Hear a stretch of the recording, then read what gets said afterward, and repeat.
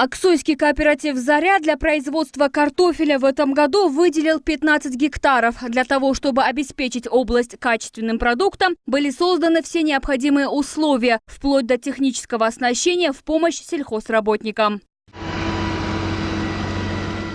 Несмотря на все условия, фермеров тревожит другое – сбыт и, главная, стоимость картофеля. Из-за того, что сейчас идет массовый сбор урожая, цены на клубни очень низкие. При этом нет гарантий на то, что сельхозкультура подорожает к зиме.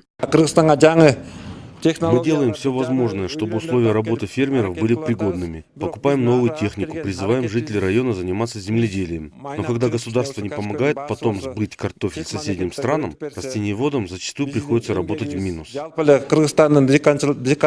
Стоит отметить, что Аксуйский район – один из главных производителей картофеля по области. Треть сельхозкультуры выращивается именно здесь.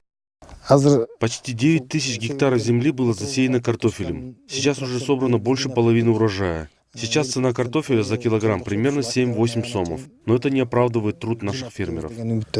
По словам местных аграриев, потребности в отечественной продукции у соседних стран нет. Нет ответа и от делегации, которая специально была отправлена в Казахстан для сбыта картофеля. Вполне возможно, что ситуация повторится, как в прошлом году. Из-за низкой цены иссыкульцы просто выбрасывали клубни тоннами, которые гнили на улицах. Мерим Кубанычбек Кызы, Бектур Калыков, Новости Ошпери.